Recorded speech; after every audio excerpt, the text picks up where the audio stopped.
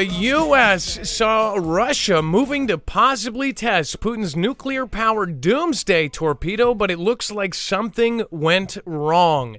Again, information going exclusively to CNN, of course. It says that Russian efforts to test one-of-a-kind nuclear-powered torpedo prototype may have hit a snag, a U.S. official told CNN on Thursday.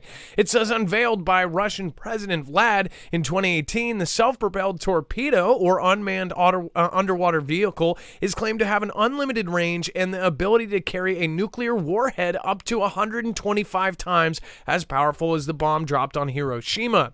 It says unmanned underwater vehicles can carry either conventional or nuclear warheads, which enables them to engage various targets, including aircraft groups, coastal fortifications, and infrastructure. It said that Putin said at the time, claiming it was invulnerable to countermeasures, there is simply nothing in the world capable of withstanding them. This we talked about when he first said this. A lot of people did not believe that he, A, had hypersonics, and B, had these maneuverable torpedoes. Traditionally, torpedoes just went straight, and if you wanted to dodge them, you just move out of the way. But imagine a torpedo that could actually steer and dodge any kind of, precautionary defenses. So if there's anything there, it can go around it and it can hit its target. This is a scary thing. I'm sure that the U.S. has something like it, and if not, if we didn't 2 years ago, I'm sure we have one now. But this is what they're talking about. It says all types of torpedoes are essentially unstoppable, but they are limited by the range and speed challenges of a moving heavy object through the water, which is much higher friction than air. Russia claims to use nuclear power to propel Poseidon, potentially solve this in an unprecedented way. If it actually works, there are no yet signs that it does. However, and a U.S. official told CNN it appears that Russia is having trouble even trying to see if it does.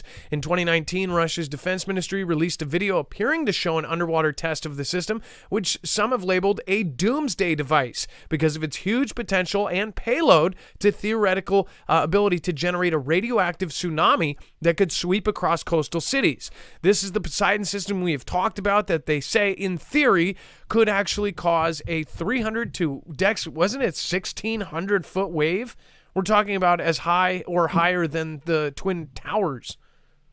That's right. So this is the system that they said was possibly almost tested. It could explain why all of these emergency action messages have been going on for the last 3 or 4 days. I don't know, but again, we'll talk about this and much, much more on tonight's show. We have all of the current events and everything that is going on, including what is happening with Vlad, what is happening with Xi, what is happening with, of course, Kim, and everywhere else on the planet. We'll be right back right after this. Stick around. This is a live show.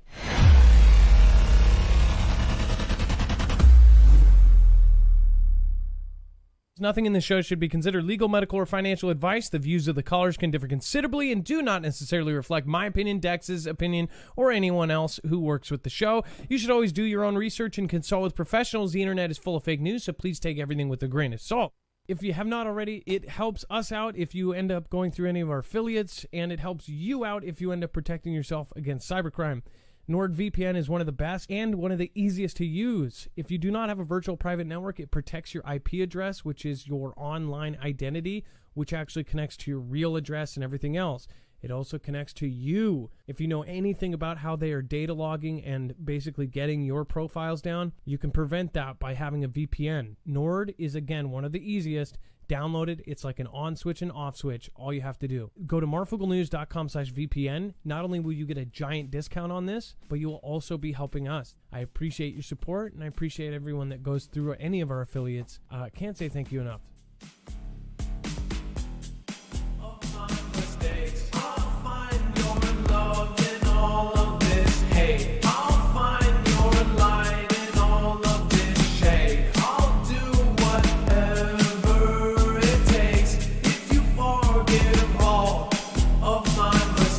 All All right, what is going on, guys? It is Adam, aka Marf, and this is Marfoogle News. Today, we have a ton to go over in a short amount of time, so just want to remind anyone who is new here or you just got shown my show that you can sign up for our email list and email alerts and notifications from our website. That means the second we go live, we will send you a notification directly. You don't have to deal with all the platforms. Again, make sure to go check that out. And then, of course, we have a full bibliography of every single article, tweet, video, picture, document that we're going to show you here today, which takes a lot of time to put together, so make sure to utilize this. You can actually grab a second device right now while we're live on the show, and you can look at all of the articles. You can read along with us. You can read back retrospectively. You can even check our work. If I make a mistake or say something wrong, like routers or rooters or drought or tomato, you can correct me on that in the chat. Remember, there's a yellow bar at the very bottom. That is the web only and overflow. That has all sorts of great stuff, including all of the stuff that could not fit into a 2-hour time period. Let's bring in my co-host/internet brother, Dex James. What is happening and how are you doing tonight? Well, hello, Adam, and hello, Foogle fam. I am doing just fine. Now, remember, if we do talk about an affiliate, those affiliates help run our independent show. We don't have anybody backing us besides you guys. Again, we cover controversial stuff. All of the different products are over on the right side of any of the pages on our website. So those links are affiliate links, which means when you go there and purchase it, not only will you most likely get a discount, but you'll also be helping our small channel here.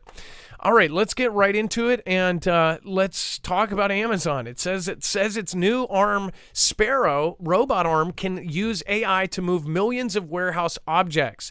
Now, this is exactly what we have been talking about, and as throughout all of CV, there were all of these things that happened. People got sent home. People were working from home.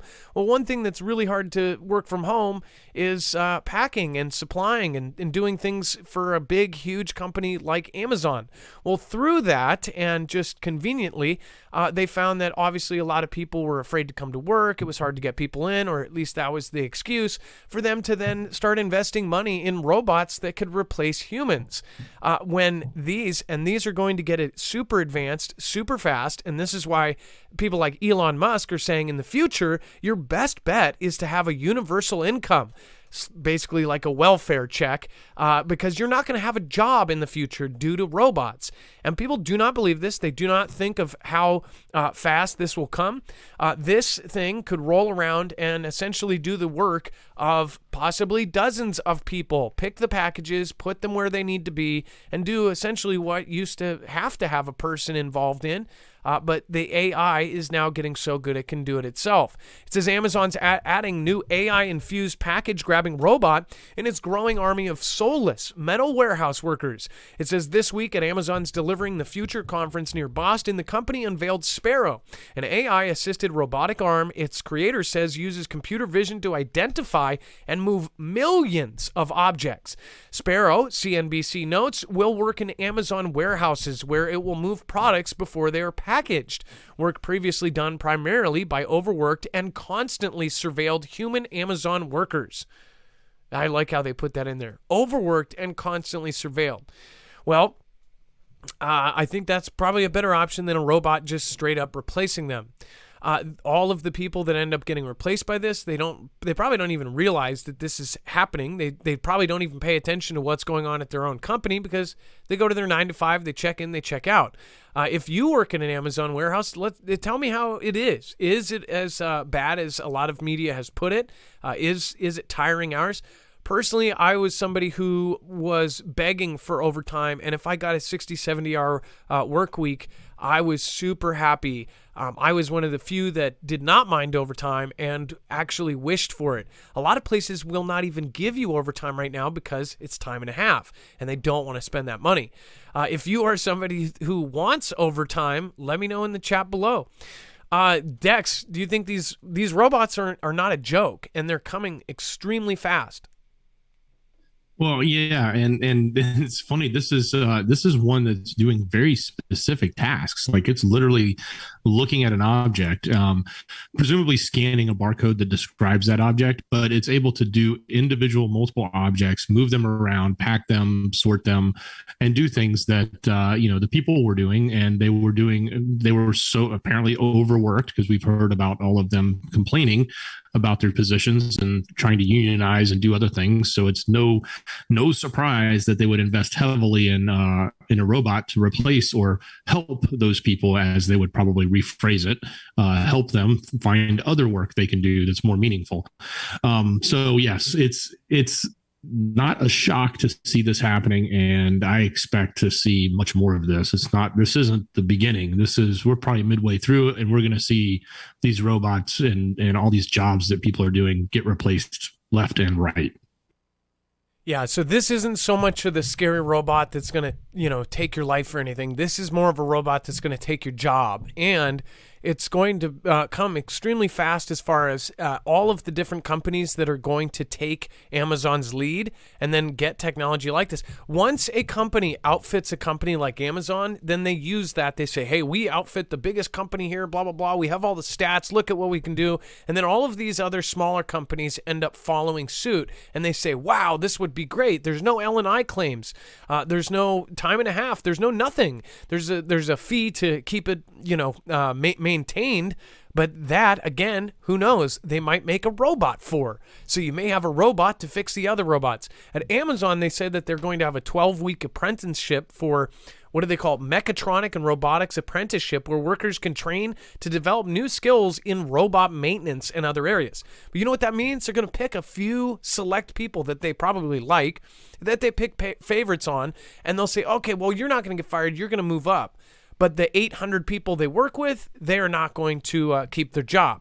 It will only take one or two people to do however many robots. If you've ever worked in a warehouse, the actual maintenance department is usually a few guys, even in huge warehouses. So that's pretty crappy, if you ask me. And then IBM launches, and by the way, we've talked about trucks. Trucking industry is now going to be AI and self-driving and all of these things, and people don't realize this. We have a lot of truckers in our Fugel fam. We even have a truckers line set up for all the guys who drive all around the United States and see pretty much what is really going on, which we actually set up during CV when we couldn't figure out what states were actually like closing their borders. I want to say it was Indiana. One of them actually closed the freeway and said, we're not letting people in. It was a scary time. So we opened that up to let truckers basically tell us what was happening in the country as they were driving around. They were deemed necessary or essential, and they got to keep driving around while all of us were basically locked down and could only go to the grocery store. Heck, we couldn't even get haircuts. But that line has been a really great source of information as far as what's going on. But those truckers are going to be slowly replaced. And I think it's going to happen a lot faster than what people think. It says that IBM launches its most powerful quantum computer with 433 qubits. So Dex, what does qubits mean and why is this important? Well, a qubit is, I can't explain exactly what it means, but it's basically a quantity of how much it can compute. So it's a really, really large number. It's huge. So doing these qubits, originally they did a few, they did a 20, they did a 50, they were making these big numbers. Well, now they've got a 433 qubit machine, which is pretty impressive. I mean, that's in the quantum computing world, this is a big deal. And obviously anytime somebody's going to release a new machine, they're not going to come out and say, oh, it only does half as much as everybody else is doing. Every time they release it, they're going to be doing something even faster. So this is, one of those scary things, but it's not so scary today because there's still a lot that they have to, do to make these things work. So it's not as simple as all of a sudden they have something that's, 100 or 1,000 times faster than the biggest supercomputers. But the potential is there, and the ability for them to get this to a smaller size, get it to a manageable size where it doesn't need all this expensive cooling, get it into something that can actually be sustainable, and then build technology on it is not that far off. And the fact that they're making, major headway in the speeds and getting up to much larger systems. I mean, they're talking right now about being able to launch 1,000 qubits and then scaling their system up to 16,000 qubits. So by linking 3 of the devices together. So it's a pretty, and I know none of us really understand understand what a qubit is, and that's fine.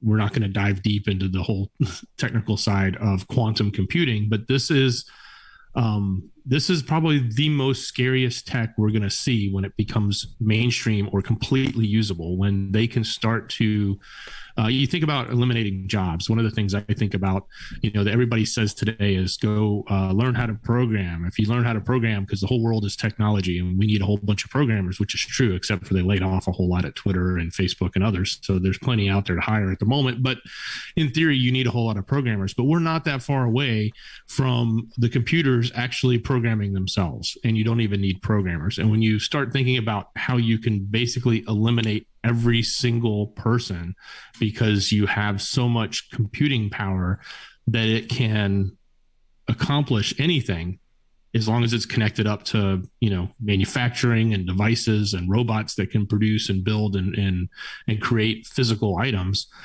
then, you really are reaching that point where we're going to not have jobs for anybody except maybe thinkers. And even then, thinking may actually be done better by computers, or at least the computer may think so.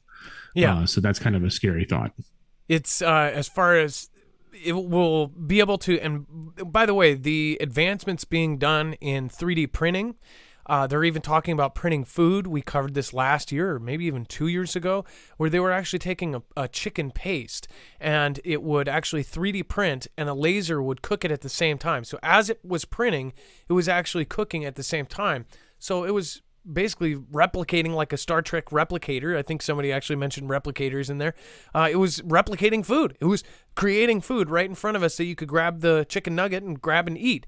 That is advancing. So you're talking about computers that could possibly run other computers and other robots to actually make robots. Say, like I said on that last story, there's going to be at first Amazon guys who are trained to fix these things. And by the way, they're making these robots. I've talked to somebody who is helping design some of these automated arms, and they said that they are making them so they basically have no maintenance. The things that will break will be something that a minimum wage worker will be able to fix. It will be things like the actual power cord, rewiring the 3 wires, like cutting it, snipping it, and putting a new wire when it gets worn out. Things like that. Things that they do at party rental companies, replacing cords on blowers.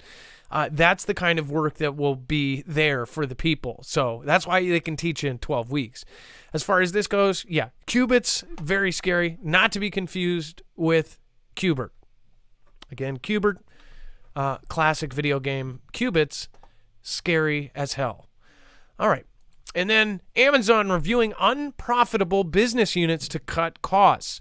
According to the Washington Post, again, it says Amazon Inc.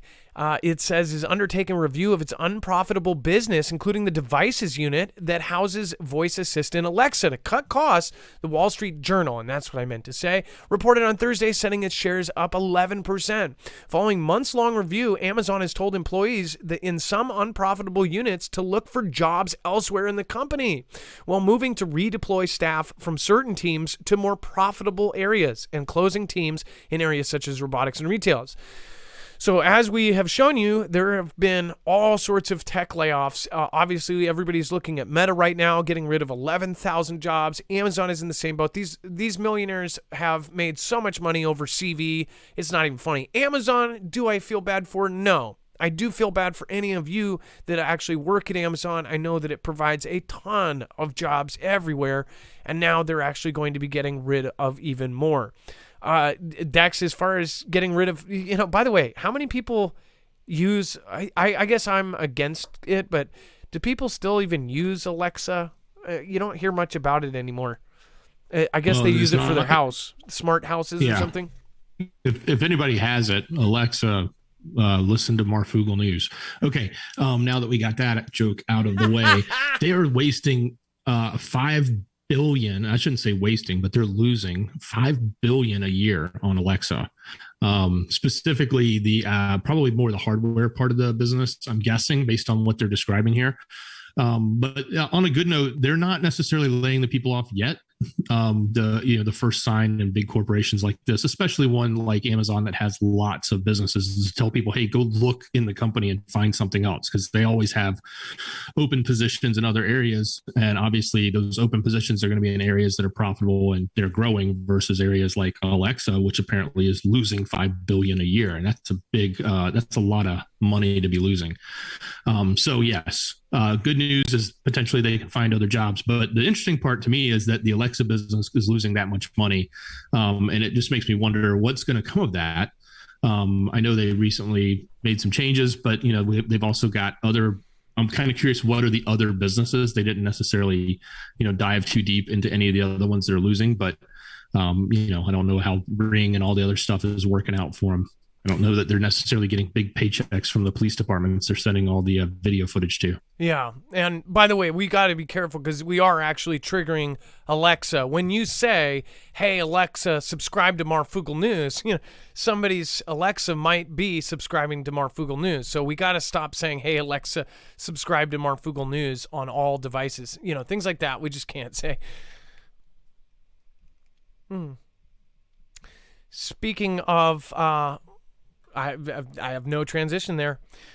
We're going to talk about the stock market is poised for a significant year-end rally because inflation is basically over. Okay, we'll see.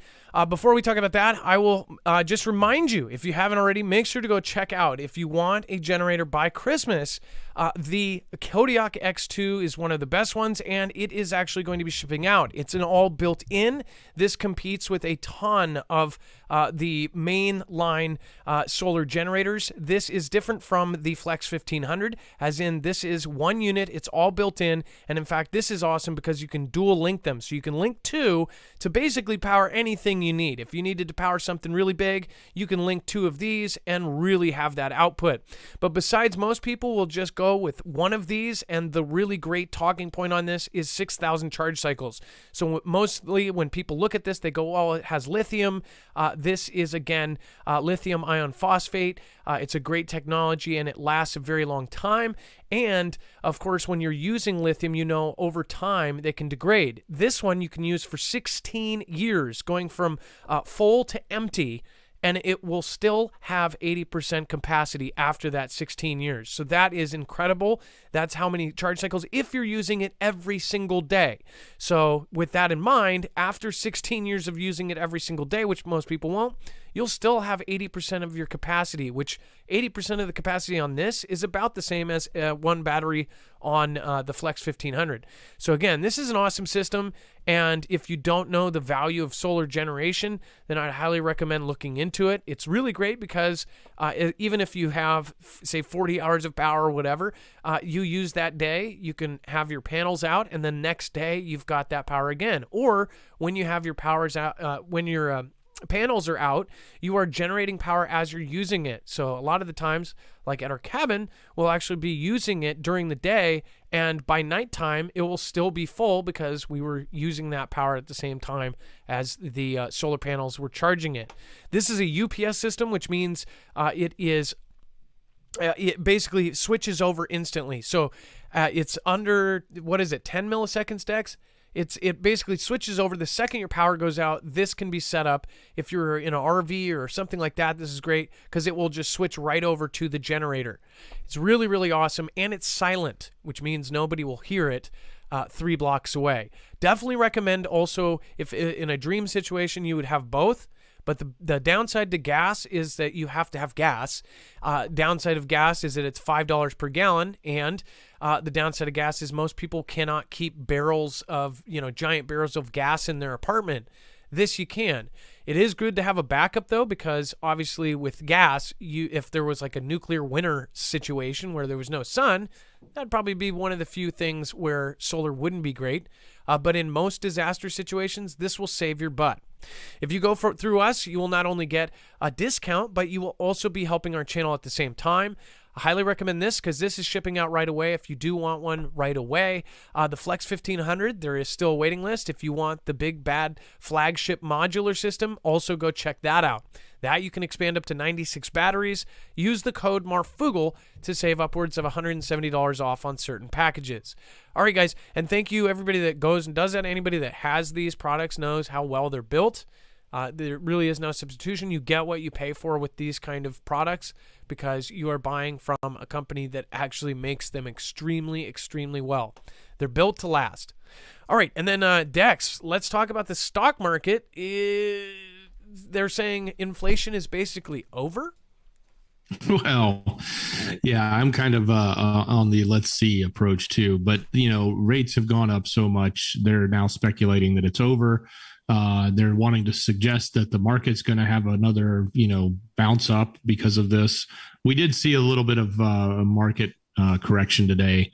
But I think, part of it is, if this is truly the end, then it's gonna be all up from here because we're at the bottom. But I kind of don't feel that way, and this is not financial advice by any means because don't ever take it from me. But this could be what many people call a dead cat bounce, which is where things are down so bad it bounces up a little bit, and because it's just got to have a little bit of a recovery, and then it just keeps going back down again. So we shall see. I also think, though, that a lot of our market is propped up by the market makers, and maybe they're using this period of time at the end of the year to sort of orchestrate what little bit of a rally they can orchestrate. And talking heads like this and many others making these statements will help all of them make some millions back just in time for the holidays, and then let it go back down just in time to sell short and pay less on their taxes by the end of the year. We'll see. Somebody said, the inflation is over because the depression is here or something like that. Yeah, well, that's what would happen after the dead cat bounce, because if it keeps going down after this, it's going to get worse. Yeah, and just like yesterday or the day before, I saw so much about how it just dropped like a rock. I mean, there's been so many of these ups and downs in the stock market. Obviously, that's part of, why it takes somebody who knows exactly what they're doing to invest in the stock market, because it is a scary world. After 2008, when everything dropped off with the whole tech bubble, I personally know people that lost family members because they took their own life because they lost all of their money in all of the bubble. It seems like we are going through a similar situation, but I think it's much worse because with CV shutting down the entire world, I do not believe, and you guys can weigh in on this, I don't believe we've seen the actual results of what happened when we shut down the entire planet. It takes time for all of this to reverberate. A lot of, huge big box companies had stuff, I guess, stacked up, but we're not going to see the full results of that. And we're starting to see it. And I think it's really going to bring down major countries, major economies, and we're not even there yet. And then the U.S. is monitoring North Korea's covert operations to supply artillery shells to Vlad, which is funny because before any of this news came out, obviously the Fugel fam, you guys already knew, all of us were saying that NK has some sort of part in this and that Vlad isn't running out. He's got places like NK to actually make artillery shells or make missiles or wherever. They can produce things out of their country, under the guise of a different one. And it says the United States is closely watching the suspected delivery of North Korean artillery shells to Russia. A Pentagon spokesman said Tuesday after Pyongyang dismissed U.S. reports that it may be covertly supplying arms to Vlad for use in UKR. Now, this could very well be Ganda. It could be. I would take everything with a grain of salt and let it, cover the thing. But the one thing I do believe on this, that NK would be helping some of these other countries. They've met in person. There's been all of these weird closed-door meetings between their leaders. And, of course, they're a hermit state, and they are closed off from the rest of the world. So they could be doing a lot. Well, they are doing a lot of illegal things there. But specifically, some things were said here by Pat Ryder. Dex, do you want to go over what General Pat Ryder said? Well, yeah, the Pentagon spokesperson also reiterated that the U.S. is prepared for any range of contingencies that may be caused by NK, including an attack using an electromagnetic pulse. Quote unquote, we're preparing for a variety of contingencies and situations, he said, when asked about the possibility of the EMP attack. So the thing that's really interesting here is that he was asked not once, but twice by reporters about the threat of an EMP from NK. So I know, guys, we've been saying this for a long time. I know we've followed the research and we've talked and we've looked at the stuff coming from the EMP task force and Peter Pry, and we showed you all of the information about how, we believe and others believe that NK has EMP technology and is planning to use it. Now the mainstream is on that bandwagon. Now they're asking the same questions. So not something we've ever seen them do before, but now they're ponying up the questions and digging in and saying, what's up with this potential of an EMP from them? So take that for what it's worth. That's a big shift in the messaging. That's a big shift in the questioning that's been going on around NK. It's been a lot of us that have done a lot of the research and done a lot of the deep diving that have been telling you that's what's happening. Well, now the rest are sort of getting on board. Well, and the military is even responding to it. And by the way, so everyone, especially in our community, they basically, if it's coming from mainstream, they don't believe it. But one thing you can say, over the years, this community has talked about events to happen in the future, and those events have happened. Before CV happened, we saw all of these weird exercises, weird drills, and weird things that were basically playing out a scenario in the future, and it was so eerily scary close to what actually happened, but it happened later down the line. So you look at these patterns, and mainstream will cover something, after it's already happened and after it's big and this and that. But we see these events, all of these things that we chattered about in our community years before it came out that it was true, were all true. I mean, even back to when they said Walmart was involved in these, containment facilities, and there was, fences inside of Walmarts and things. It was our community, and by our, I mean the whole prepper community and truth community and everybody looking into this, that we said this years before it came out, that they were actually housing people in these things, and that it was true, and it finally came out. And people visited them and made them look like people, animals in a zoo. At the same time, they were able to use it for their advantage. So we don't know what they're doing with this, but essentially we have seen that the pattern shows that they're preparing for this EMP type event. They have been talking about it. They have been drilling for this. They've been drilling for this for years, and we talked about it when we saw the patterns of the back end. The back end is preparing for this, and now finally it is coming to the mainstream. Just because mainstream is talking about it doesn't mean that it's not going to happen. Again, we talked about Vlad invading UKR a year before it happened, and only a few handful of outlets were, and then all of a sudden, we said this is going to happen, and this was practice when they brought him to the front lines, and it's like in between, everybody think, oh, it won't happen, it won't happen, it won't happen. It's in our human nature to think that this stuff is not going to happen. But again, this is one of the easiest things to do to the U.S., and it's something that you could do to the U.S. that would not get a nuclear response. We wouldn't just wipe a country off the planet if they did an EMP to us. We're supposed to respond with another EMP. We could respond with a full, world conflict or something like that and go in, bang bangs ablazing, but you can't really just wipe people off the map for that. Also, North Korea has the ability for this. We know this. They had many, many successful low-yield nuclear tests, and we found out that all of that, through the EMP task force and Peter Pry, we found out that those were actual successful tests to perfect their super EMP weapon. It's really just betting on if NK will forever just be this saber-rattling thing, or if they'll actually do something crazy. Now involved is Vlad and Xi, and maybe Kim will be given a seat or some land, or after everything goes down, he'll have a spot in the new world of things. Who knows? But, it's just something that people have to gamble on.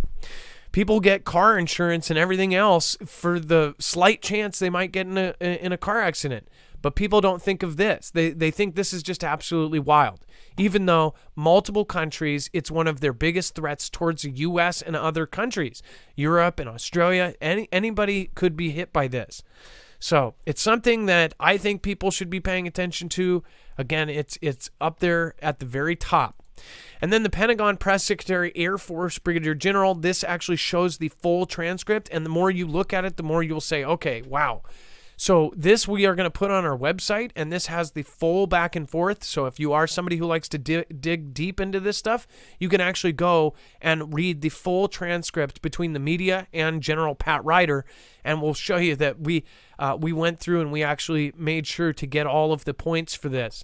On that previous one, again, Dex covered that. It says, I'm not going to get into specifics about the particular tactics, techniques, or procedures, other than to say that we have regularly conduct exercises, training, sharing of information with our ROK allies and other allies in the region on how to work together, how to ensure that we are interoperable, and be prepared to respond in defense in our mutual interests. In this particular case, the Republic of Korea. So they are talking, and says, we prepare for a variety of contingencies and situations, he said when asked about the possibility of North Korean EMP attack. So you'll hear about it in the mainstream way after you'll hear about it here. That doesn't mean that it's not going to happen. That means that the independents, all of these community members and you guys, you have known about this for years. Now the general public is only now going to find out. So you were ahead of it, and you had plenty of time to prepare, so don't have any excuses of why you're not. And then Iran claims it has developed a hypersonic missile. It says that Iran has developed a hypersonic missile capable of penetrating all defense systems. General Amaril Hazadeh, the commander of Revolutionary Guard's aerospace unit, claimed on Thursday. Again, this is a claim. We don't know if it's scanned or not, but it says hypersonic missile. And by the way, they have worked very closely with our enemies, just like North Korea got the super EMP system from Russia. Any one of these places could have got it as well from Russia.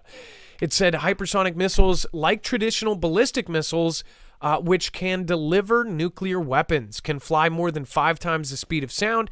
And it said the general said he believed it would be decades before a system capable of intercepting the missile was developed, declaring it a great generational leap in the field of missiles. It says, in addition to much higher velocities, hypersonic missiles are also maneuverable. This is the key point. Because technically all of the missiles, but even before we started talking about hypersonic, were hypersonic. Hypersonic in itself, almost every ballistic missile is hypersonic, but being maneuverable is the big difference. It says, are also maneuverable, making them harder to track and defend against than conventional missiles. Because conventional missiles go hypersonic speeds. It says, while countries like the United States have developed systems designed to defend against cruise and ballistic missiles, the ability to track and take down a hypersonic remains a question. Unlike ballistic missiles, hypersonics fly on a trajectory low in the atmosphere, potentially reaching targets more quickly. It says North Korea's test of a hypersonic missile last year sparked concerns about a race to acquire the technology. Russia currently leads a race to develop the missiles, followed by Xi and then the United States. So do you see a problem here? Vlad is in first place developing these things, and he said it before anybody publicly knew about them. And by the way, we don't know if the U.S. has had these for 10, 15 years and is 30 years ahead secretly, but publicly, we did not have these until after Vlad had them. Vlad had them, Xi had them, and now we have them. It said Russia currently leads the race to develop the missiles, followed by China and the United States. Moscow even claimed in March to have used a hypersonic missile in UKR in what would have been the first use of the weapon type in battle. But the U.S. never confirmed it was used, which I bet they probably wouldn't, because it's embarrassing that any of our administrations let them get ahead of us. It's insane. What do you guys think? I would love to hear your opinions on it in the chat. Dex, do you want to give your opinion on this, as far as this country is probably the worst to have this kind of tech? Well, and I think the headline's wrong. I don't think they developed it. I think they were given it. I think they bought it or borrowed it. It's it's like you said, like Vlad had it, and then all of a sudden NK and the I country has it, right? So go figure. Like that's they didn't build this. They got it. At minimum they got the blueprints, but probably got a lot of the tech, a lot of the capability, a lot of the functionality, if not the outright, missile itself from, their ally there, Vlad. So what's to stop them from just handing them a nuke? And Here's the thing that freaks me out is obviously Vlad and Xi have big things to lose to get into WW3, or maybe they don't. Maybe they have big things to gain. But most people think, well, how society is set up, it could be shooting themselves in the foot. But as far as some of these other countries that have always been on edge, if they get this kind of stuff, is somebody crazy enough in any one of these crazy countries to do something like this, especially against the USA? Them in specific, the I country, I ran to the store. They do not like the U.S. at all. In fact, they have a big reason. T-Man took out Soleimani, which was their number one general, their number one hero, whatever. He took out him, and he tried to strike simultaneously in a drone strike, I believe, or a missile strike. They tried to strike him and his second-hand right-hand man. The right-hand man did not get hit. Soleimani was taken out, which they call him a war hero, and he's a national hero in their eyes, or in half of their eyes. And they didn't take out the guy who was succeeding him.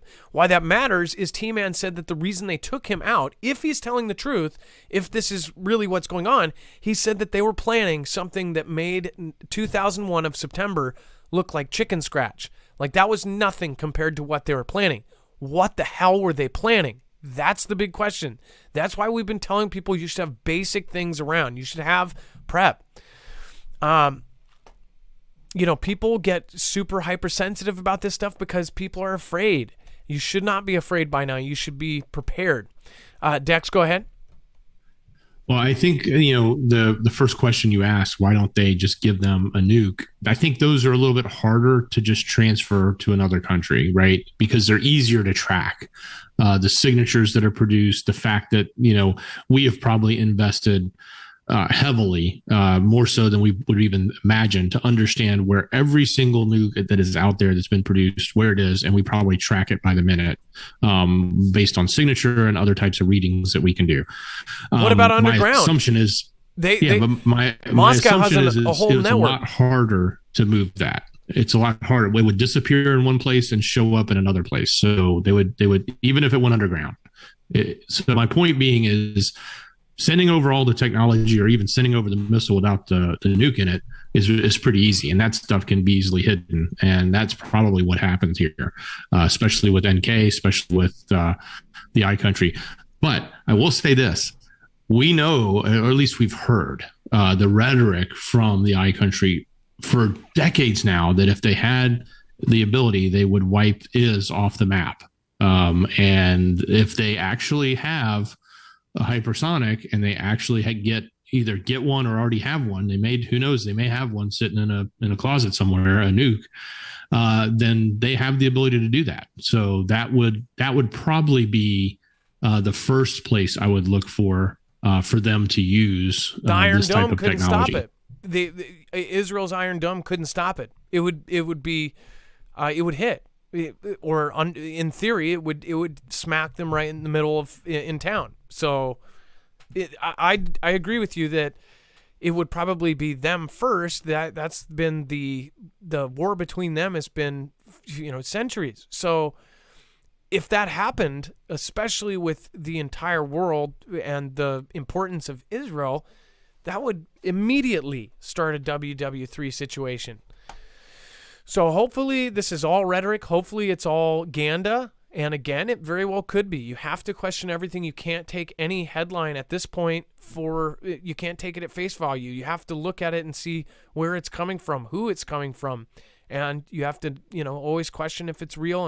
And even if 10% of everything that's being said right now across the planet, because we cover everything that's going on across the planet, if 10%, and I mean probably 2%, if 2% of any of this is true, then we are still in trouble. We still have huge, huge events happening worldwide, and there are huge threats to all of the allied countries and possibly even the enemies. People talk about the U.S. possibly invading Russia. That's a crazy thing, but some people think it might be in the playbook later down the road. And if that happened, that would be a WW3. Any side does anything, and we have a situation which we haven't seen in this generation. But anybody that lived through WW2 and WW1 knows that this stuff does happen. Everybody thinks it's impossible because we are so far away, and our generation is so far away from the last actual world war. Millions and millions of people perished. But again, how they look at it, there's 8 billion people now. We can lose a few million, right? That's their opinion. And then humiliated Putin to miss G20 summit over. And by the way, you guys know my opinion on how all of these articles, and because remember, well, I don't know if news was ever unbiased, but when you write like this and you immediately put in a word for you to think of somebody, when they write about Kanye and they say, racist Kanye, or when they put that in there before you even, you're trying to read factual information. That's how I think of the news. But it says humiliated Putin, which I guess it could be true if they're not planning some, crazy tactic, to miss G20 summit over fears of assassination attempt after troops evacuate Kherson. If they evacuated, and that's actually a better word than retreated, because we don't know. You even have the UKR side, which is basically the U.S. side, saying that it could be a trap, right? So it seems like something is possibly being set up in our minds here for something to happen. It says humiliated Vlad will miss the G20 summit because he fears being taken out, according to one pro-Kremlin commentator. It says Sergei Markov said that Vlad is snubbing next week's G20 summit in Bali over concerns he'll be taken out by his critics. What do you guys think? I would love to hear your opinion on this. Dex, do you think he's not going because of that, or do you think he's just done with the whole thing? Well, it's funny. Yes, that's one. I don't know if it's that or maybe it's his health, right? There's been a lot of speculation that there's health issues, and it's just one more opportunity for people to see him up close. And he has to have the guy follow behind him to the bathroom and take his poop and ship it back home, right? So true story. That's humiliating alone, right? But this Sergey wrote like 3 different things. He said one was obviously the SAS, which is at the top, but then he also said there's this possibility of a humiliating situation. He says, quote unquote, for example, some disabled social activist knocks Putin down as if it was an accident. And then all the world media would splash a picture captioned, president of the country is down on all fours. I'm certain this kind of situation is being planned by some completely mad Westerners. I mean, that's the kind of thought process that's going on. Like that's going to happen at the G20. I mean, I guess it's possible. And I guess it's, you got to think of every different scenario. But yeah, those are kind of the reasons they're trying to say is either he's going to get taken out or he's going to get knocked on the ground and made an embarrassment with photographs on social media. They're worried about Vlad doing the car wash. I don't think Vlad will be twerking it like Miss Hulk, but we'll see. Well, I guess we won't. He could not be going because something big is planned. We don't know yet.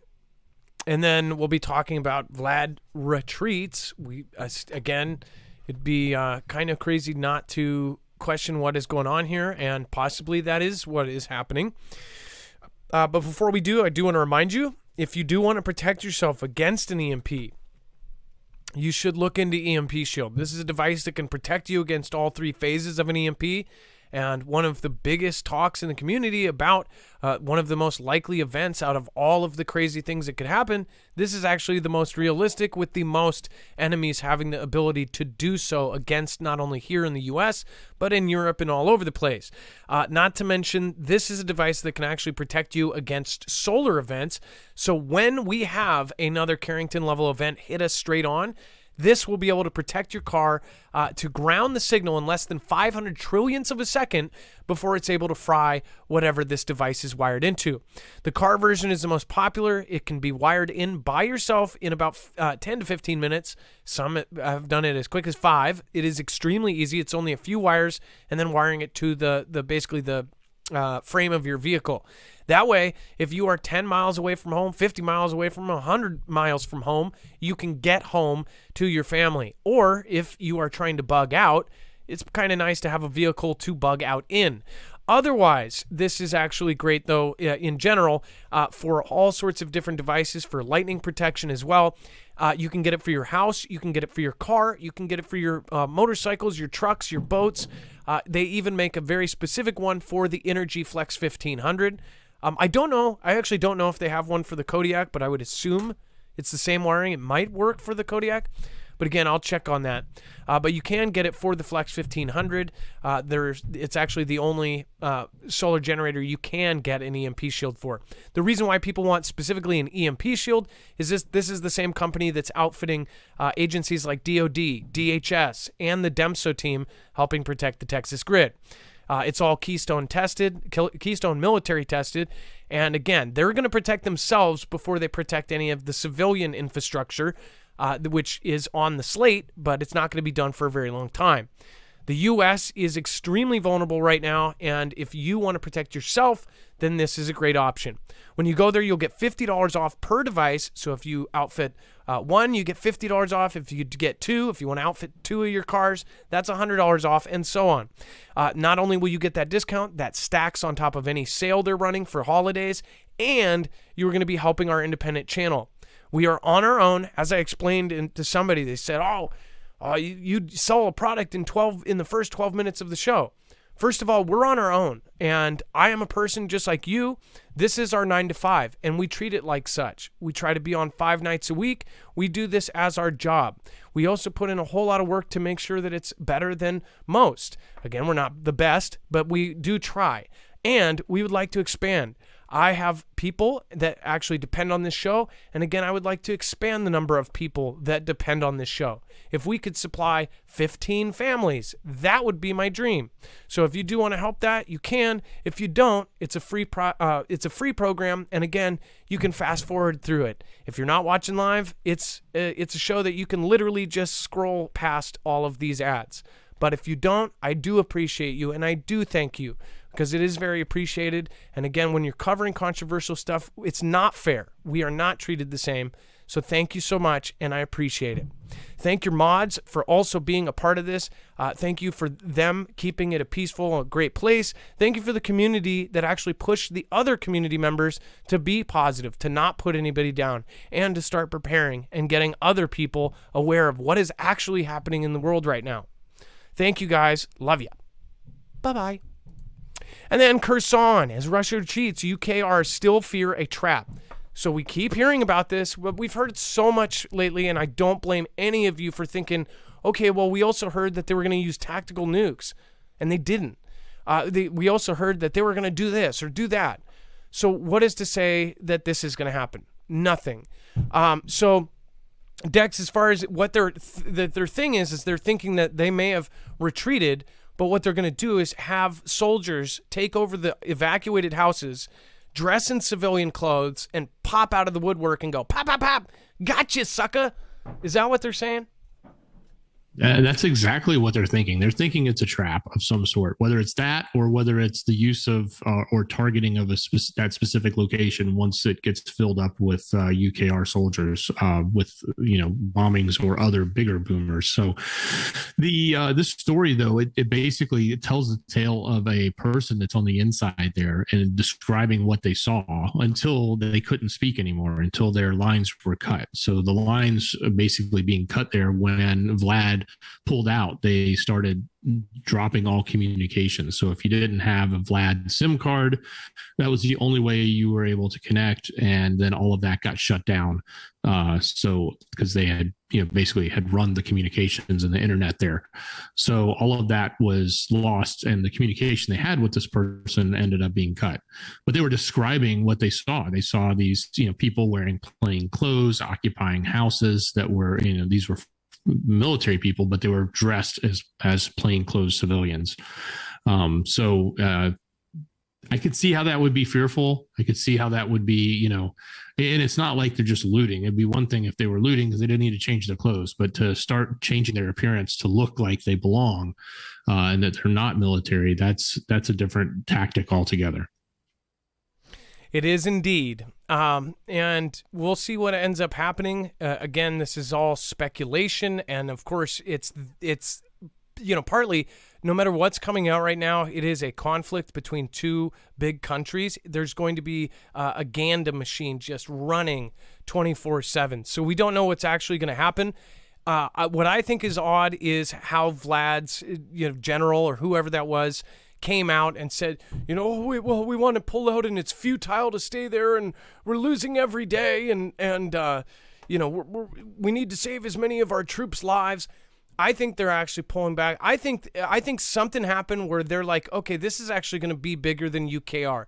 They're preparing for the massive fight. That's why I said they've been using all of their old 80-year-old weapons. They've been using all their T-62 old tanks from, back in the WW2 era. That's why all of the tanks and weapons that UKR has grabbed has been old, ancient stuff. You think that they've been spending all of this money out of their GDP, half of their GDP on military weapons for this entire time, and you're basically seeing the stuff that they're taking is from way before when they started buying all of this advanced gear and tech? I don't think so. I think they're saving that the best for last, and unfortunately, the last is the beginning of WW3. Be Real Beast says, I watch another show in Lee. INV Lee says, could not appreciate the Marfoogle fam after that show. The love, respect you and Dex show all of the beautiful people here keeps me coming back. God bless. Be Real Beast, I really appreciate that, and I appreciate that you said that. Thank you, Be Real, and super, seriously, thank you. Craig Alicious, another batch of rice stocked away. Prep up, people. It is literally a better investment than the stock market these days. Keep it up, Marf and Dex. Another batch of rice stocked away. Again, there's great ways to store it. Survival Living does a great video on that, on how to store food. Make sure to go check him out. He has been doing an awesome job. He also teaches people how to prep. Soldiers for Jesus Tyler says, the imminent boom booms are printed on our money when folded. Corey Barbie, YouTube page, and Time Harbinger. Prophet Jonathan Kleck. We've actually showed that here. We had a caller one time actually show that. We've had several callers show us the money stuff. It's very creepy. Much love and God bless Foogle fam. Zenwin AZ, thank you so much for your support and thank you for supporting Independent. And then President Joe and Xi to hold first in-person meeting on Monday in Indonesia. So we don't know what's going to happen here. My personal thoughts is anytime these world leaders meet, there is something big being talked about. Obviously, there's probably going to be the public part of it, and then I believe there will be a private part of this. Dex, this is pretty, I guess, a pretty big thing considering what has been going on, what is happening. It potentially could be insane, but it could potentially be this just total goofy, public eye, public relations thing where they're sitting on the, sitting across the table or sitting in other rooms on computer talking to each other. This is supposed to be in person. So normally they have them sitting in chairs across from each other. They say some BS to each other and whatever else. But with how tensions are, what do you think about this and how they're going to be meeting in person? Do you think it's going to be canceled last second? Well, I don't know if it'll be canceled last second. I don't think so. I think it'll go through. I am very skeptical that we're going to come across as strong as we could have in the past or with other people. And I'm not trying to completely diss our current administration, but he has a tendency to sort of play this cocky cowboy kind of role where he's holier than thou with his mannerisms and how he talks, and I just can't see that type of personality coming across really well with somebody like Xi. I don't know Xi that well. It's not like I've studied him or anything, but I just get this impression like it's gonna, Xi will probably be sitting there with a straight face and then like laughing under his breath at the nonsense that will be coming from our administration. I would hope that they can actually have a productive geopolitical conversation and make some progress on something.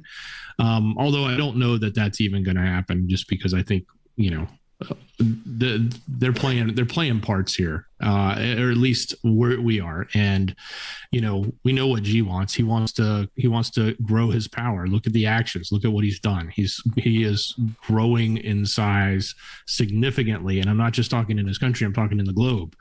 From ports, from countries, from alliances, from distribution, manufacturing, everything. He is the powerhouse, and it's like a wrecking ball coming through. You can't stop it right now, Dex. So I know he's trying to. Yeah. And since you said that, you know exactly what I'm thinking right now. And there's a lot of new people in the chat, and there's a lot of new people that are viewing this for the first time. Can we find that the graph since 1981 or 1979? Do you know what I'm talking about? We should almost have that on. We should almost have that like in a holster, just to be like, pow pow. This is why we think this. Most of you will know exactly what I'm talking about, because if you've watched my show for any part of time, that should immediately wake people up. What I'm about to show you, and most of you already know, they're like, I've already seen it. Trust me, this is worth showing any new person here, because if they do not know what has been happening, I think it's very clear. It's extremely clear that it is Xi taking over. And mind you that they own a huge chunk of media, so you're not going to hear that in anywhere. Not Fox News, not CNN, not any of them, because they own huge parts. If somebody owns 40% of your business, do you think that business is going to, go out and say, oh, that guy sucks? No, because they are going to basically avoid anything negative about their owners. And Xi and his country own a huge swath of the media.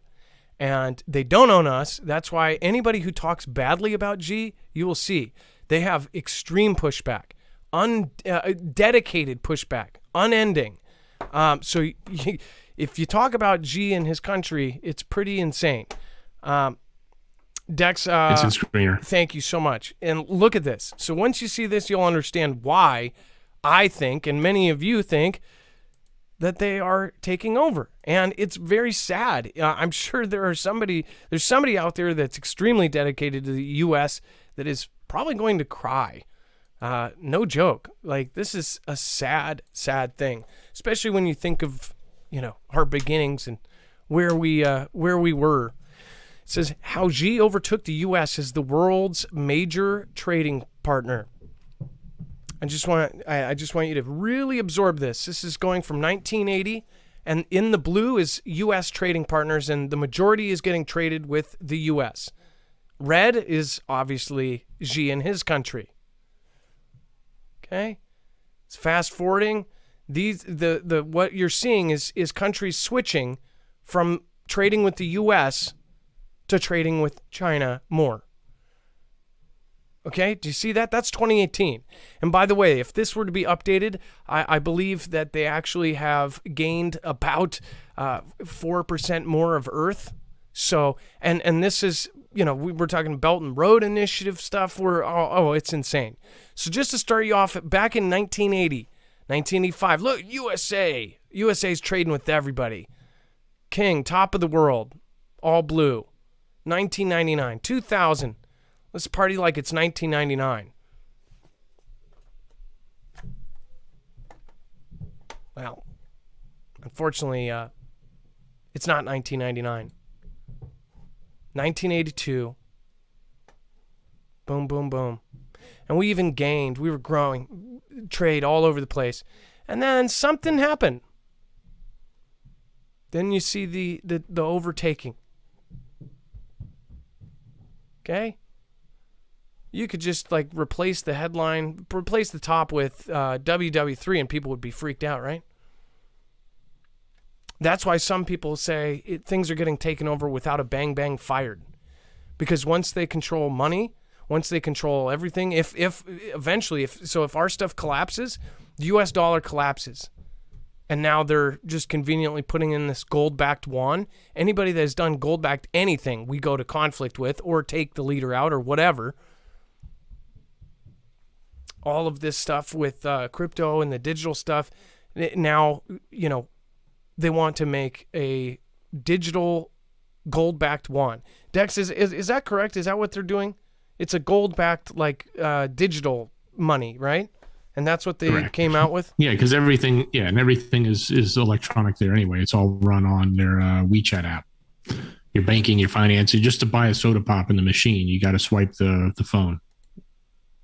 So this is very important. We'll attach this to the website. You can send this to people if you want them to wake up and see, And by the way, most media will not say bad things about that. That's why most people don't even think about it. But again, that's why people watch independent now and not, watch mainstream.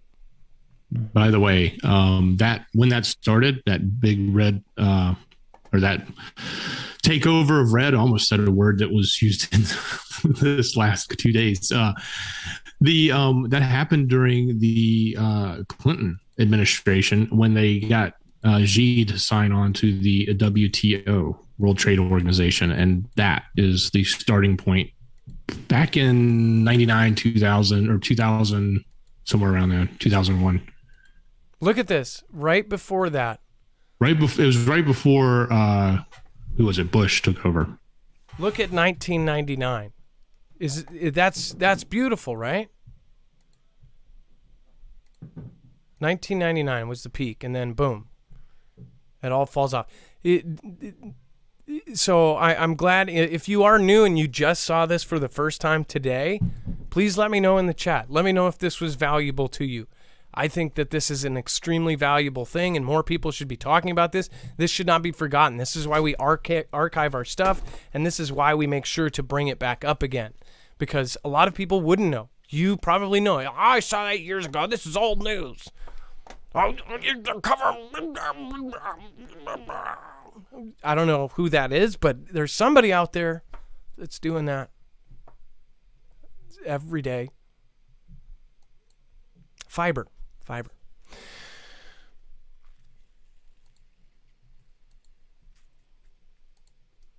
then 6 Chinese planes crossed Taiwan Strait median line. So more of the kind of testing the waters, technically, literally testing the waters and going over them and flying into them. Dex, do you want to talk about the new incursions practice? Yeah, it's, like we said, this is not just today. This happens all the time now, ever since who was it? Nancy went over, right? That started the new sort of reset how things were going to, the rules of engagement, so to speak. And it brought Xi to a new level of getting closer to Taiwan physically with what they were doing. It used to be they would just approach the ADIZ, get close to it, maybe cross the ADIZ, but there's this line, and Xi doesn't recognize the line. It doesn't matter, but it's there. It's been recognized by the U.S. It's been recognized by Taiwan. It's the halfway point, and it's like it's never really been crossed. And it's one of those things that they sort of, by practice, have never done. But even though one side, Xi, has never really acknowledged it, they've never crossed it. Well, once Nancy showed up, they started crossing it, and now they're crossing it all the time. It's called the median line. It's the halfway point between his country and Taiwan. So those incursions are now happening all the time. So having six planes cross that line, you can probably find this story happening weekly now, crossing the line all the time. We've heard about them with the drones. We talked about the drones a while back. They were sending drones over onto the islands, and they literally started shooting them down. Things do get a little tense when they cross this median line. It is sort of a hot button for Taiwan. So I know they get a little bit more. It's a lot more important than the ADIZ, which is a little further out. Yeah, and then they're constantly pushing the line, and they're pushing over and over and over. But I think it's just practice for when they finally take it. It's the same kind of stuff when we saw with Vlad. But Xi is not going to be like Vlad. If Vlad is failing, if it's true that they are failing and that this is, I don't think that is what is going on. I think that they haven't even used their real military yet. They immediately. Did anybody really believe that Vlad needed conscripts like right away? Like instantly, the very start of a conflict. Do you think that, because how many people do they actually have? Do you think that hundreds of thousands of soldiers perished? Come on, they have tons of gears, drones, things that can be done from far away. They're not, fighting on the front line. I don't see how that's even possible. Why did they grab conscripts right away? Well, throw in the disposables, right? Throw in the 80-year-old weapons. Throw in the 80-year-old tanks. Give them that crap. They were saving the best for something else. With Xi, this is just practice. This is practice makes perfect. They're practicing where they would actually go in. And when they actually do go in and take Taiwan, I'm sure that all of this practice helps. And it's not going to be in 2027. All right. And then somebody saw that map, and they could just be, not even, I don't like saying trolling, but they could be sarcastic. But somebody says, who cares about this? I don't see how you could not care. I guess you could look at it like, well, there are people too. I guess it's how they run their country. If they end up being in charge, think about how surveilled and watched and monitored we are. Think about that times 10, and you have to use one app for absolutely everything.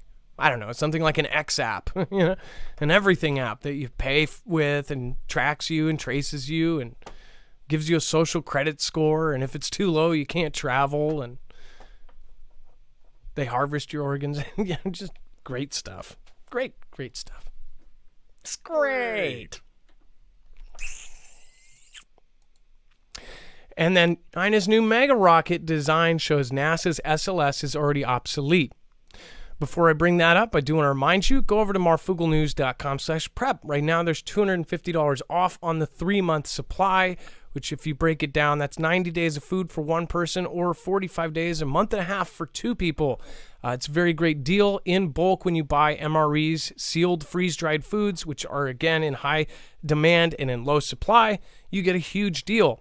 Otherwise, though, at this link, you can actually you can get a single meal. You can get a 72-hour kit that you can throw in a go bag. You can get a full-on 3-month kit if you want to. There's discounts when you use our link, and you're helping us at the same time. That's marfooglenews.com/prep. They also have iodine tablets there if you want to go get those, and they have the Alexa Pure Pro, which is a water filtration system. Go check that out. It's a gravity-fed water filtration system that gets rid of 99.9% of all of the nasty stuff. Again, they also have books, survival books, all sorts of great stuff, because you won't have Google to search what berries to eat if SHTF does happen. But otherwise, this food has steadily gone up in price. As far as freeze-dried long-term survival food, this will last 25 years. If people bought this 3 years ago, they would still have 22 years left on the shelf, and they wouldn't be paying 3 times the prices. If the same pattern grows, in 3 years from now, this could be 3 times the price. If you bought it now, you wouldn't have to pay that price, and you would still have 22 years left.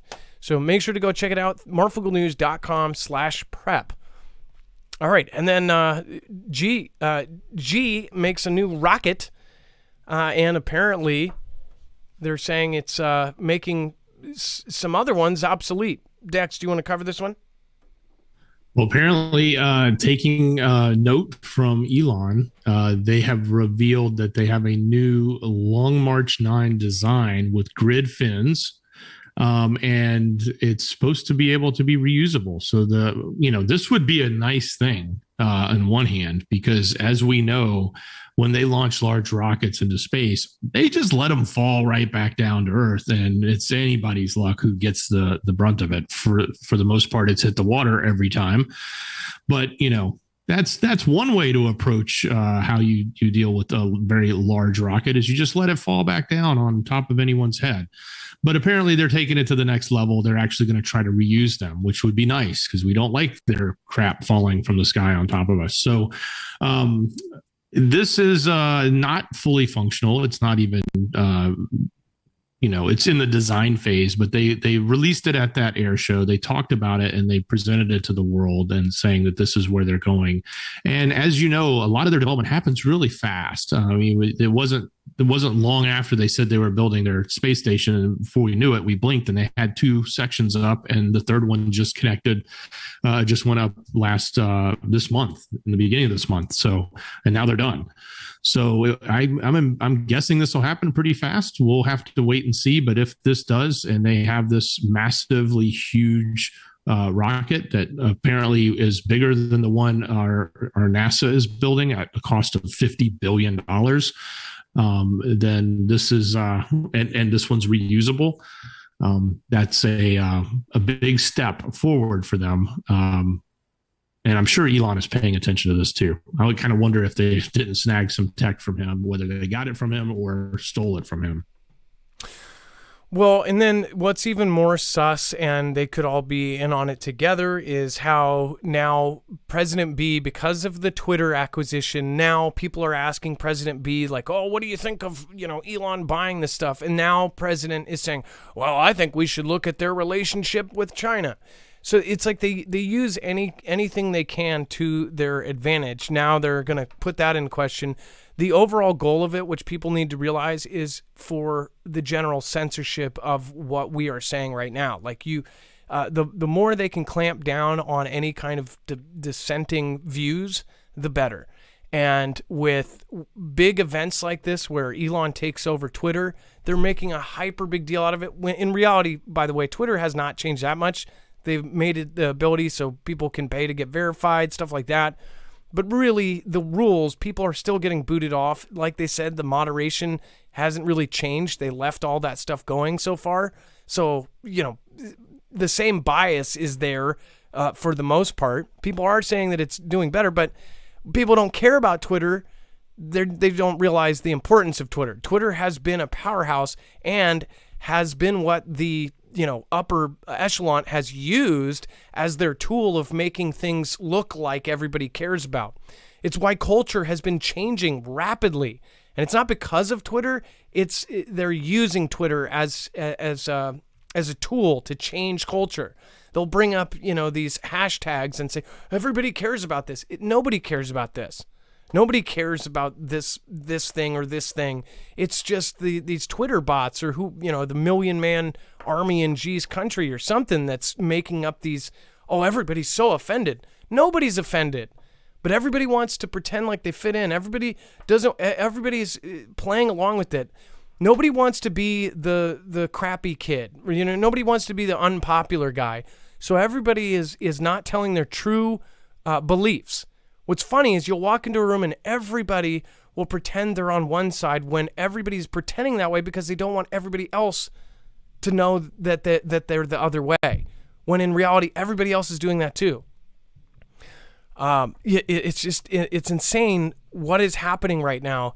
And with Xi and Elon and everything that's happening, something is changing and it's all one big clown show. So just remember the main thing here is that information is the most important part of this. Not rockets, not weapons, not anything. We need information to be freely accessible. NASA to launch a huge flying saucer-like inflatable heat shield. Now, this is kind of a trip because there's video of this thing being tested, and that was an actual test, right? That wasn't like the video of this coming in was an actual test of this system, right? Dex? Well, this one's supposed to come in. This one's supposed to go, let's see. Actually, yeah, that was it because it launched this morning, and it's supposed to come right back in. Oh, did you not see Did you not see the video yet? I didn't see the video. No, okay. I didn't see the video. So there's a video of it. Basically, it's like a night vision camera, and it shows this huge saucer thing coming in and landing, and you can see the parachute up. So what it is there was a great picture of this. So it looks like this, but there's a real picture of the real one, and it's flipped upside down with a guy working on the underside. This is an inflatable, and essentially this pod comes off the whatever rocket or whatever it goes on. And then this acts like a flipped upside down umbrella, like as an umbrella would fall and you flipped it like that. right? That's the general purpose. It's all this material that is heat resistant, and then it comes in and it slows down and it breaks it. And then when it gets close enough, and a parachute launches. But really the main point of why we're showing you this is because it's all supposed to be for, in general, for us to be able to land on Mars at some point. Now, I'm going to add this in with something that I'm doing, just a general curious thing, but I've talked about how on the 26th of October, there was this weird event where Mars actually had a huge, like 30% of it turned blue. And then the next day, Vlad tested this weird nuke that ended up causing a huge blue aurora over the planet. And I'm thinking, man, that's kind of weird. Like, and it was so close together. It's like, so wait, a nuke like that, and by the way, the one on Mars was by the North Pole of it. A nuke like that can cause a blue aurora. And I'm thinking, wasn't the plan to terraform Mars? Wasn't one of the crazy things they threw out there was to nuke the North and South Pole and to, get it started? And it all goes back to my personal theory, and this sounds crazy and tinfoil hat, that maybe something is coming. Maybe the people at the very top know that there is a finish line. There is some date that we don't know as civilians, that where everything may end or something may hit, an asteroid or something. And I know that, there's a lot of people that believe the complete opposite as me, and that's fine. But what if they are terraforming Mars, and all of these different things like this thing is for these elites to go and land on Mars and get off in a hurry? It's just, it's weird. Why do we need to go to Mars in the first place? Why is all this stuff being done? It's a trip, and I personally think that there's more to this. The big picture shows all these little things kind of tying into one point, but that point can't be seen. It's a trip. Dex, maybe we can find that video and then put it on that website. It is kind of a trip. Yeah, I'll find it. But basically, it opens up and it slows down the descent, because if they're going to Mars, they're going to be going much faster than, say, a normal ship would be coming in. And then Italy's rejection of Ocean Viking migrant ship. Unacceptable, France says. Dex, over to you. Well, France is like really PO'd, and they're mad because the ship with a whole bunch of migrants in it appeared in Italy, but then they weren't accepted, so the ship went to France. And France is like, wait a minute, maritime law says you're supposed to take them, so you should have taken them. But now that they're at France's front door, they don't want to take them. So they're actually doing the same thing that Italy didn't want to do. So it's unfortunate for these people. Obviously, they're on the ship that are, but they're basically in this sort of battle of words over why are you not accepting these people that are showing up in this ship. And by the way, we don't want them. It should be you because they showed up to your place first. So kind of not welcoming on one hand, but also I can appreciate the fact that these countries have their laws and their borders, and they want to sometimes protect them, although a lot of times they don't, which is also weird. So that's the story. It seems that France and a lot of Europe has just been getting into a lot of stories in the last few months, and there's just all this tension with pretty much everywhere. It's the same story, different place. Delphina, thank you. I appreciate you over on D-Live. And then Vicky K, thank you for making your nightly appearance. I appreciate that. Delphina, thank you again. Sniffles71. Maui Racing Realtor says, I have missed D-Live chat, fam. Aloha all. Hey, Maui Racing Realtor, thank you for either way, whichever platform you're on. Thank you for stopping by. And seriously, thank you for sticking around for so many years. I have been catching the YouTube shows. Well, thank you. And now you can actually catch us. We're simulcasting on Rumble, D-Live, and YouTube.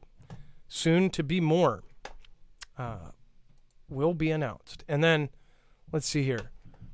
Thank you, the Lifeboat. I believe, is that Thomas? Wages, am I right? Is that Thomas? With the Lifeboat? I actually didn't know if the lifeboat was you or Thomas at one point, but I believe now I understand because I met Thomas, right?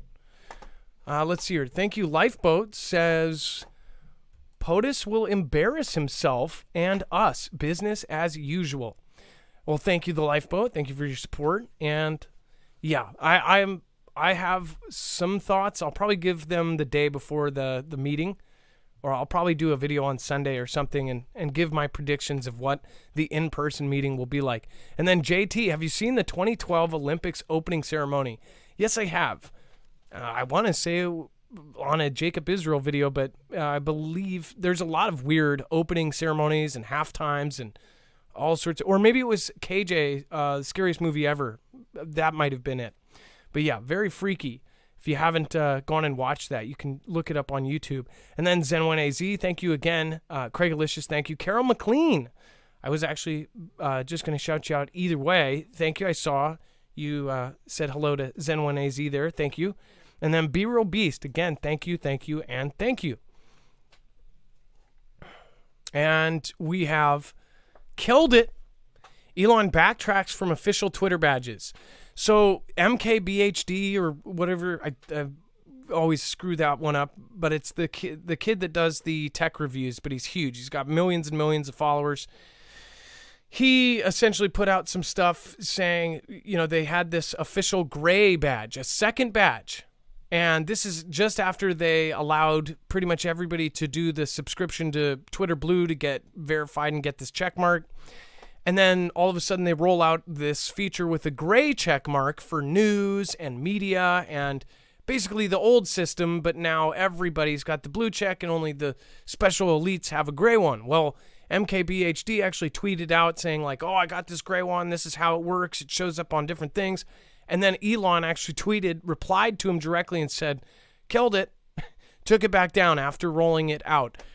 Dex, I don't even know if they rolled it out. Do you think that was just an error with how it was showing up? Like the old school people that had it before still had it or had this other place?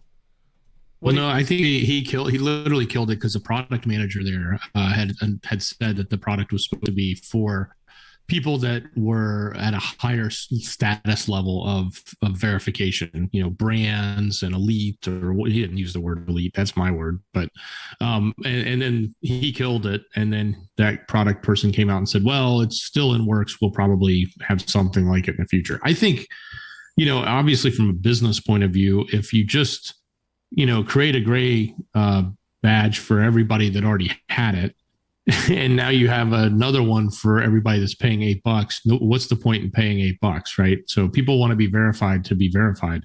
So I think it's in his best interest to not have that secondary level because those people aren't necessarily paying his bills. It's going to be all the people that want to be verified and want to be at least not be considered a bot, and be considered a real person. Because there's plenty of people that probably should have been verified that are, have a significant audience, anywhere from 5,000 to 10,000 to even 100,000, followers on Twitter, and still they're not verified and they can't get verified for various reasons. So I think there's a lot of validity to having this type of functionality for people that are willing to pay for it because they do spend a great deal of time there, and they should have, the same type of status as, someone who was elite with them and could, get their badge for free or pay them under the table, which was done. It came out and they said a lot of people did pay under the table to get their badges. Which, by the way, I'll show you something funny. Goose Wayne, this is one of my friends. He actually, Elon just responded to him, like probably 4 or 5 days ago, responded to him directly on one of his comments. And Goose Wayne, a.k.a. Crypto Batman, long story behind him. He's been on Dr. Phil and all sorts of stuff. He was a DLive streamer. He's a very, very, very odd and funny guy. He changed his name to 3 emojis and then verified. And then right away realized that he was locked into it. And he was asking, and I actually commented back and I said, oh, TOS says a year. And I knew Goose would like I didn't check for hours, and I saw he immediately messaged me and said, "Where does it say that in the TOS?" Because I knew he was going to be like, "Oh my gosh, I'm stuck with 3 unicorn emojis for a year." But I told him I was joking, but it does look like he's stuck that way for 30 days. And this is funny, but a lot of people ended up doing this. And once you're verified, you can't change your name. So he says there's no worse fate than being locked into 3 unicorn emojis, right? So you'll see, if you haven't followed, make sure to go over to Marfoogle News Official, the one with the check mark. And what's funny is I actually posted this. There was, let's see here. Oh my gosh. I hope it was there. Let's see here. There was a situation where Doja Cat actually got stuck doing something.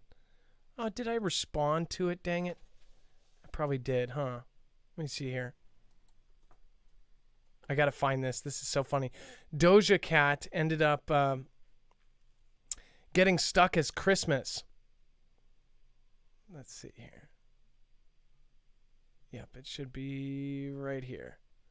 Yeah, look at this. So it says Doja Cat accidentally verified Christmas, LOL, and she is pissed. So this was, I don't know if you can see this, but at 37 minutes it says, "I don't want to be Christmas forever. At Elon Musk, please help. I've made a mistake." Within 1 minute, he was probably looking at all the other people that said it's stuck that way. Says, "How do I change it? Also, F you, Elon." Pretty funny. So now Doja Cat, 5.4 million followers, is Christmas. But she's verified Christmas. That's for sure. Either way, learn from their mistakes. Don't verify your account if you have changed your name, unless it's that name you really want to keep. Why does it matter? Most people don't care. Well, before it was only the elites. It was only the protected class that had these check marks. I mean, think about us. We have almost 200,000 subscribers on this channel, almost 230,000 on the other channel. That's not that big of a deal, but it's a pretty big following. I mean, 50,000 is a full football stadium. And you're saying, 8 times that amount, and you can't verify that? That's kind of really stupid. Anybody that has a significant following should have been able to get this in the first place, or at least that's how. And by the way, a significant following is 10,000, but they couldn't. So this is pretty crazy. And as far as, before with the bias system, and who knows if that's gone or not, that bias system, it was like the check marks were protected and nobody else was. They were just the peons, right? So yeah. Let's see here. This was where they said that they killed it. That was actually the tweet he put out. Oh, this is how it works. It's got the official. This is the gray official. What do you think? Do you even care? Probably not. Let me know in the chat below. All right, and then Dex. Let's go over the web only. Looks like there's a ton of crazy stuff here to go over. There certainly is. So head over to marfooglenews.com, click on the thumbnail for the show, or open up the show notes link in the description on YouTube or on Humble. It's all there. You can get here. You scroll down past the news we just covered. So if you want to fact check, look through, go back, rewind, you can see everything we talked about, even the things that we added in the show. They're right there. If you refresh, you'll see them. Moving on to the overflow, we got a lot of continuation with Musk. Mark Cuban came out and he was very annoyed with all these new verified people. So apparently, if you're not the elite, then you're annoying him by being in Twitter. So I don't know. I think he wants, he has no problem taking your money to come show up at a Mavericks game. But if you're on Twitter, he doesn't want to hear from you, and he doesn't think that you should have a check mark. Apparently, the Biden administration has come out and said, hey, the foreign relationships are something they're going to look into. So I think Adam mentioned that earlier. If you want to learn more about what happened there, that's in there. Of course, updates on the Elon saying the $8 may be a dumb decision, but we'll see. think, if he does backtrack on it, hopefully those that got it will keep it. We'll find out. Bankruptcy is also not out of the question. So I know there's a lot of Elon stuff today for some strange reason, but and then a couple more execs have resigned. Some fake accounts that got verified. One LeBron account was saying, I want to be traded, and so that got some news too. And so AJ in the news being ordered to pay yet again more money. We've got a little bit of political coverage. I know it's winding down, but there's a big runoff coming. There's some other stuff going on. There's some things happening with the previous administration and what's going on there. There may be a lettuce shortage coming. So apparently, at least Taco Bell and Chick-fil-A are warning customers about a lettuce shortage. So if you're looking for some rabbit food, you might want to get out there and get it before it's gone. But apparently, you might not be getting it at your fast food places. So apparently, a lot of people have perished in prisons in Texas due to extreme heat. And speaking of extreme heat, unfortunately, a worker has passed away with a very dangerous job. He fell into molten iron, according to the feds, and they said he was incinerated immediately. Heart goes out to the family there, but wow, that's got to, that's something you see in the movies, and I hope you never have to see in real life, and I hope that never happens again. Some updates with European gas prices, what's going on with Vlad. That's all there. Even Weinstein apparently can't keep his pants on in court. If you want to know what's happening with that, make sure you go to Marfoogle News. Kanye, for those who don't know him as Ye, but Ye is in the news. And of course, they're just going after him hardcore for a lot. So go check that out if you're interested. And of course, the Vatican has got even more dirt dug up on them. So that and a whole lot more is right there. Well, don't forget MarfoogleNews.com. Catastrophic. California County cuts all daytime sheriff patrols. California is just having issue after issue after issue after issue. It is absolutely horrible. All daytime I'm guessing sheriff. they spent all their money on buying electric vehicles for the police. Yeah. It makes no sense to not have, funding for, daytime patrols. That one's absurd. I don't know what county it is, but yeah, that's kind of crazy. But those nighttime patrols are whizzing around silently. They'll be like, well, now we're coming up on the crooks quietly. So we're going to catch all those daytime crooks at night in the silent. That was my impression. I heard you're getting a $50 million electric ferry up there. If there's staff to run it. So the current ferry system in Washington is so screwed up that people live on Orcas Island or any of the San Juans. They have basically been on the whim of if they have people to run the ships. We knew somebody who was basically related to the captain of one of the ships, and it was horrible. During the time where they required everybody to get a lot of people quit, and they wouldn't get it. And then they didn't have enough staff to do it. The people that say live on Orcas Island, which I lived there for a little bit, and you rely on the ferry. You have to take the ferry there and back. In fact, you pay to get the ferry there, but you don't to get off because otherwise they would be trapped. But that ferry has been so off and on. I read that now it's like you might be lucky if the one ferry that comes a day or whatever is on time. Is anybody from San Juan here? Is anybody watching from small Orcas Island or San Juan or Friday Harbor or any of those little places? If you are, love you guys and small community. Let's see here. Yeah, you would know. The $50 million on a ferry or whatever, however many millions this electric ferry is going to be, it's like everything is, they put money into one thing and then they totally neglect other things. Like, I don't know, the tent city at the courthouse. There's literally a tent city set up at the courthouse, and they haven't figured that out yet. All right. Well, I saw them interview the people up there where the $50 million ferry is, and they're like, "We don't need a ferry. It works. It runs on diesel, and it's always there." I don't know which island it was. It wasn't one of the ones you named, but they're like, "Why are we getting a $50 million battery powered ferry?" I don't know. And then also, if you have an old car that doesn't run anymore and is just taking up space, you can actually give it new life, and you can give it to carsforheroes.org. Again, you can go over there and donate that car. It's a tax write-off, and it will potentially either be sold to provide transportation to a veteran, or if it runs, it will go to a veteran that needs it. Again, veterans are not taken care of, or at least most people believe they're not taken care of like they should be.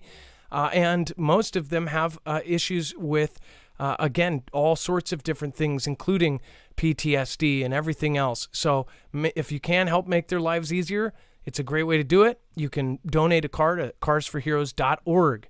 Again, that is something that will go to a good cause. If you have something there, give it away. All right, and then Dex, hey Adam, on that note, I got an update from Terry. They're giving away, just so everybody knows, because I know a lot of people here have donated cars. They're giving away 13 cars on Veterans Day. So that's their one of their big days they love to do. So he gave me an update. They're giving away 13 cars across the nation, actually, in Kansas City, in Missouri, and in Tampa, Florida, and in some other locations as well, I believe. And if you're a veteran, you can sign up. He says that most veterans, actually, a family member ends up signing them up. So if you know a vet that's in need, most of them are either too proud or they don't want to ask for anything, and most of them are too humble to even sign up for it. But if you are a vet, you can sign up, or if you know a vet that needs transportation, you can sign up and try to get them into the program. Now, it's not guaranteed they'll be accepted because there's way more applications than donated cars. But again, you can fill out that application at there as well at carsforheroes.org. All right. And then Dex, thank you for your service today. Appreciate you. Much love. Great job, brother. And then over on DLive, thank you, Scooby-Doo Right Johnson, Jenna Moss, and of course, Maui Racing Realtor, Sniffles71. Thank you. Vicky K, thank you so much. And over on YouTube, thank you, and thank you. Carol McLean, The Lifeboat, JT, Zenwen AZ, Soldier for Jesus Tyler, Craig Alicious, Be Real Beast. Thank you for being the top supporter over on YouTube. I really appreciate that.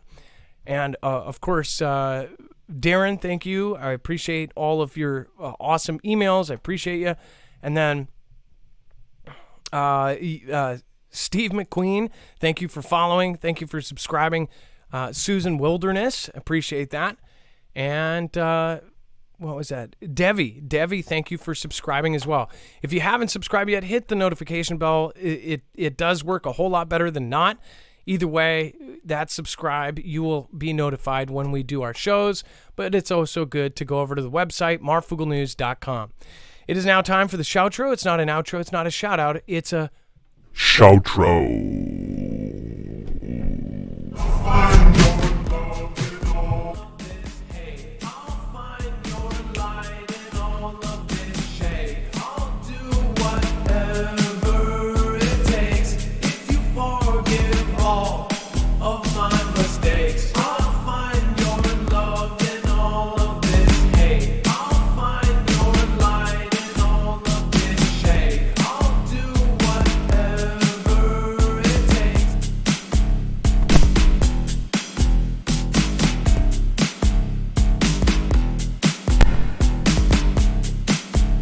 It's 80s night.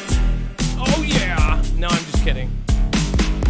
Very 80s. It takes if you forgive all of my mistakes. I'll find your love in all of this hate. I'll find your light in all of this shade. I'll do whatever it takes if you forgive all of my mistakes. I'll find your love in all of this hate. Thank you, Be Real Beast. I appreciate you. Thank you, Bug Nana. Thank you, Velma. Appreciate ya.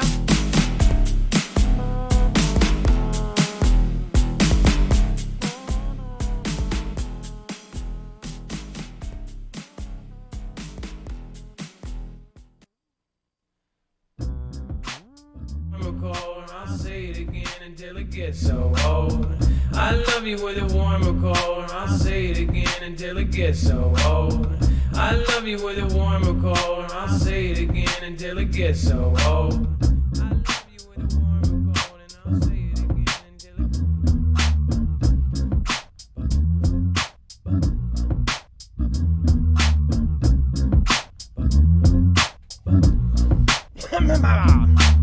Thank you, Be Real Beast.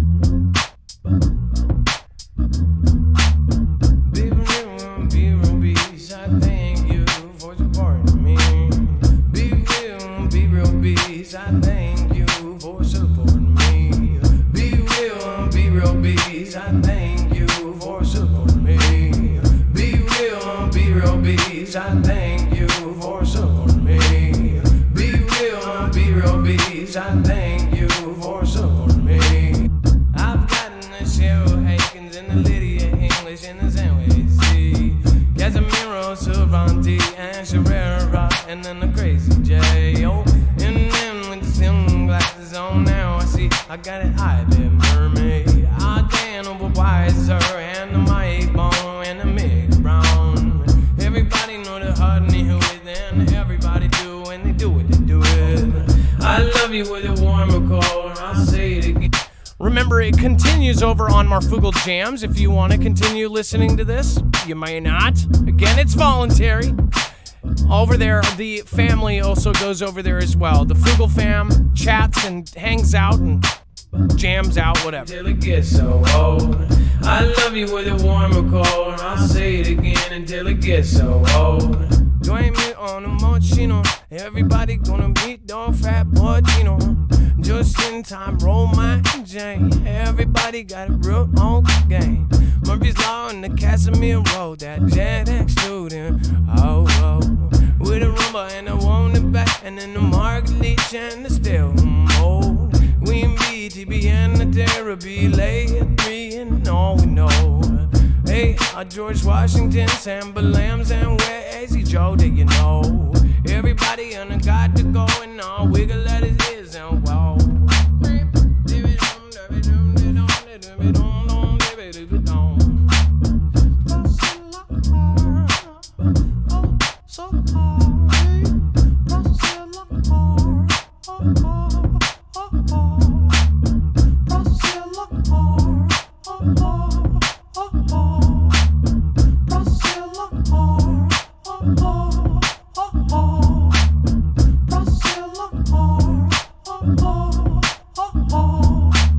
I got the Jordan on the bragging now. I come and buy sugar in that walking now. Everybody gonna be talking now. And the Zen Wednesday I'm bagging around. And the true boy come one and the red on Maple Grove. I know. I say hey with a Cali singing and then the Danny Doozy Doyo with the sound ball and the JLZ and the bring it back. Oh, hey, Real BP Earthwatch, major world update. I gotta check it out. I did cover earlier the how they tested it. Is something going on with it? Real BP, if you're still there, I know it's gonna be switching over. Dex, if I know you're still floating over there. If we can check on that. I know you're off. You're probably off Zoom there, but that one definitely worried me. Is the Poseidon. Thank you, BP. If there is something, I'll do an update video for everybody. Otherwise, go over and check out Real BP Earthwatch. I love you with a warm or cold. I'll say it again until it gets so old. I love you with a warm or cold. I'll say it again until it gets so old. J.S.E. Entertainment Car. I see you in the doomsday. I said that Jennings on to the Murphy's like good to see. Hey, yeah. Whoa. Give 'em a clean P8. Everybody gonna get up real late. I'm polishing the high. I got it, everybody now. Top to top. And I'm Mick Brown, Holiday Express. Washington Boulevard opposite. I got whoa on the Real B Earthwatch. Oh, thank you. Let me see. Thank you, BP.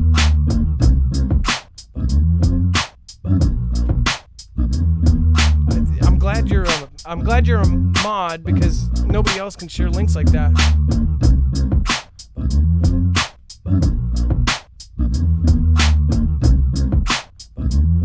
need to translate it. Privyet. I don't want to click. I know this one's no. No thanks. Oh crap, which one's no thanks?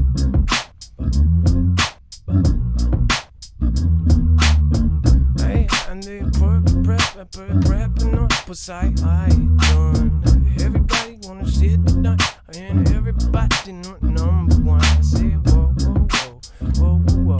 I say hey, whoa, whoa. I got it rocking in the rockin' now. I gotta bring it back around, and I got it down. Thank you, Time B, for your support over on PayPal. Mark J, thank you for your support over on PayPal.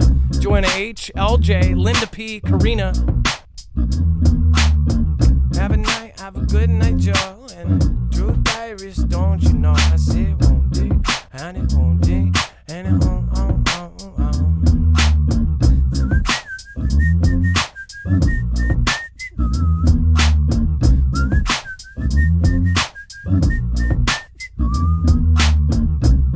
I'll try to find it.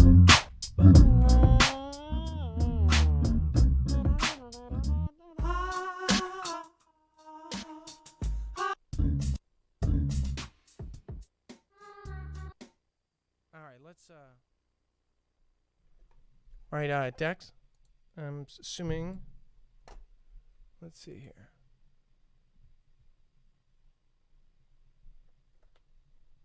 Okay, sweet. I'm gonna send you guys. We're gonna link BP Earthwatch's video. He did it on this.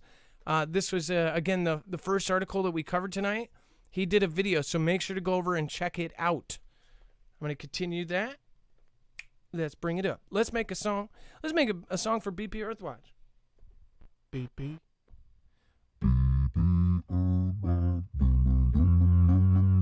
BP Earthwatch. Beep.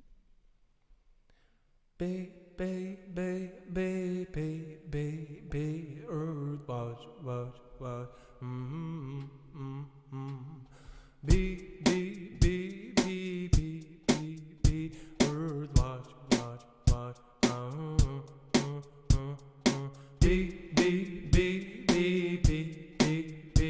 Earthwatch, watch.